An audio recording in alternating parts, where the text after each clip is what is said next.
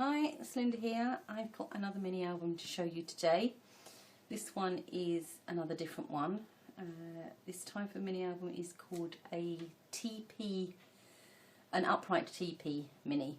And what that means is that it's upright, so instead of opening this way, it opens that way and you can stand it up. And the TP stands for toilet paper, for the toilet paper rolls that you are supposed to use to make the pockets. Now, I didn't actually use toilet paper rolls. There's a couple of reasons for this. Number one, the tutorial that I followed, which was from my sister Scrapper, and I've put the link to that below and on my blog. The toilet paper rolls that she used were a lot bigger than the toilet paper rolls that I've got. Apparently I've got short toilet paper rolls. So it wasn't going to make a very big mini, and I wanted to make a reasonable size one. In addition to that, she wraps the toilet paper rolls, which I like because it made it look much neater. But the cardstock, the white cardstock that I've got is quite thick. It's the cardstock that I use for my card bases, and it's quite a heavyweight cardstock. And that, combined with the thickness of the toilet paper rolls, was making the whole thing too thick and bulky. Especially when the toilet paper rolls were small, so you had something that was small but really bulky.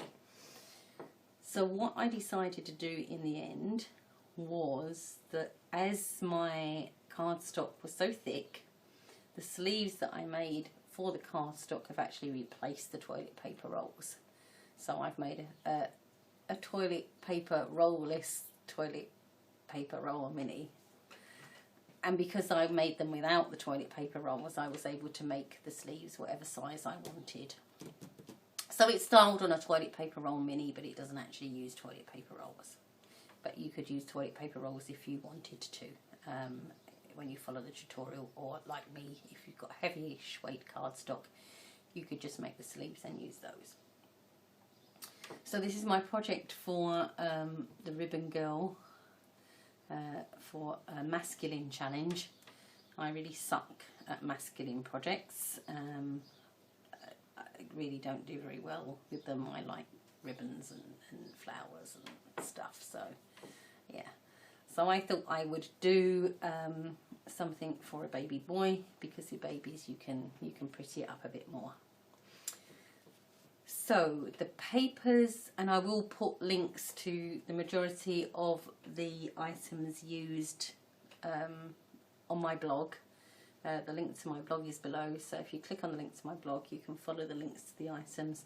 The only thing I haven't listed is the Tim Holtz findings and the chipboard, because I tend to pick those things up wherever I see them, so that there's no specific place that I buy them from, and you can Google for them anyway. Okay, so the papers that I used are all Maja Vintage Baby. It's a beautiful collection, and it has both boy and girl papers in it, and I used a pad of 6x6 papers. Obviously I didn't use any of the girl papers, and there were some beigey colour papers that you could use for either boy or girl. I didn't use any of those either. I just used all the blue based colours. And I also used two or parts of two 12x12 sheets. One is for this blue gingham, which I used to cover the outside and the inside of the mini, and also this picture here was a cutout from another 12x12 sheet with pictures and tags and things on it. But the links to what I've used, as I say, are all on my blog. And I added this little kind of washing line with the baby onesies on it, is from Memory Box, and I just popped that out on a very shallow self-adhesive foam, and this is a little heart-shaped pearl on the top there, because if you can see in shot, the onesies are embossed. These two have little stars on, and this one here did have a heart underneath, so I just put the heart pearl on top of the heart. I used some We Are Merry Keepers wide eyelets here. There's one here and two on the top. The two on the top are to hold the ribbon. This is a faux silk ribbon, beautiful, beautiful ribbon from the Ribbon Girl. And I used a Tim Holtz swivel clasp, I think this is called. I cut the chain a little bit shorter and just made a dangle with 3 charms. These are also from the Ribbon Girl. There's a little pram and a heart and a little dummy there, or it's pacifier, as you say in the States. And then I added some flowers down the bottom. These are again all from the Ribbon Girl. There's some white tulips, some 20mm blue roses. This is some cherry blossom, a rolled rose and a wild rose. And from the side it looks like that. From the back, nothing to the back other than cover it. I'll probably put my stamp on a little piece of cardstock on the back. The bottom I didn't cover because, well, I just covered it with the white cardstock that's underneath this. And that cardstock was a bit thinner than my regular. That was coconut ice, I think, or coconut swirl from Basil. Now, when I did cover this, this coconut swirl paper, I don't know whether you can see it, it split. I've not had that happen before. Luckily enough, I made kind of vintage shabby look, so it just looks as if it's intended, but actually it wasn't, and I wouldn't use that paper again to cover an album cover, because, as I say, I mostly wouldn't want it to do that, but for this project, because it was a vintage shabby type thing, it was okay. So it just opens and closes with a magnet. I think if I was to do it again, I'd put 2 magnets, one on either side. I just put one in the middle, and because I actually shortened this flap, Ginger from My Sister Scrapper made a deeper flap, but I didn't want to cover up this part, this B here. I want you to be able to see the B for baby.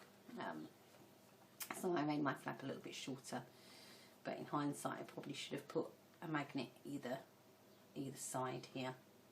But it closes, it doesn't flip open, so it's fine. So that opens up like that, and I'll just show you. It comes down like that. Now this I haven't finished, I did run out of time. I will be putting an oval doily die cut here, so you can add another picture or some journaling on there. Excuse me, that will be my mum calling. She calls every Sunday around about this time, so I will have to call her back after I finish this video. Okay. Sorry about that. Okay, so I made 6 pockets.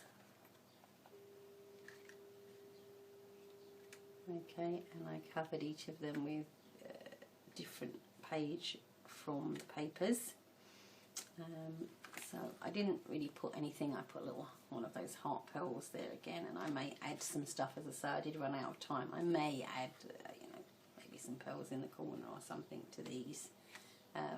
But the papers are very pretty and don't need a lot, and you know, there's room there, as I say, for a nice photo and maybe some journaling. On the back, these are from the cutout sheet,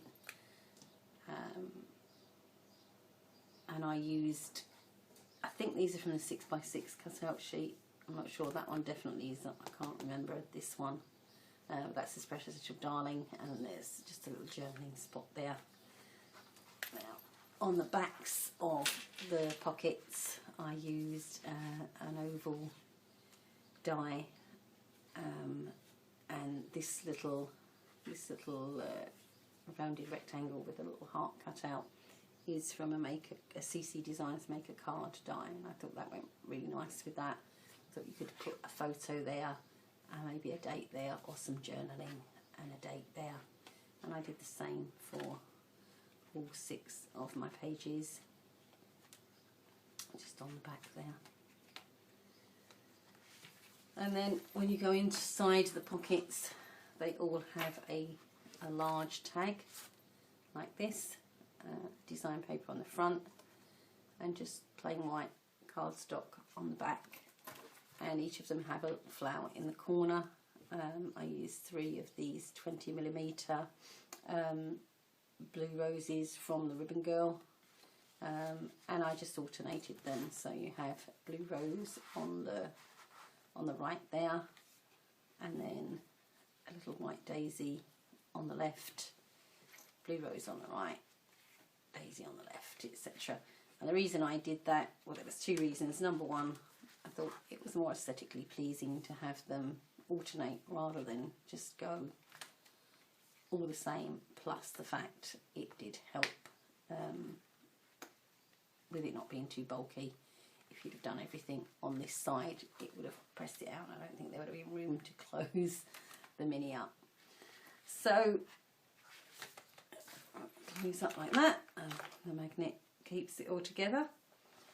So that's my little non-TP TP mini. That's a mouthful. If you'd like to make one of these yourself, as I say, the link to the tutorial is on my blog, and it's really quite easy to follow. It's not difficult. I still count myself as a novice mini album maker, and I didn't find it difficult at all. So that's my project for today. I hope you liked it, and thanks for watching. Bye!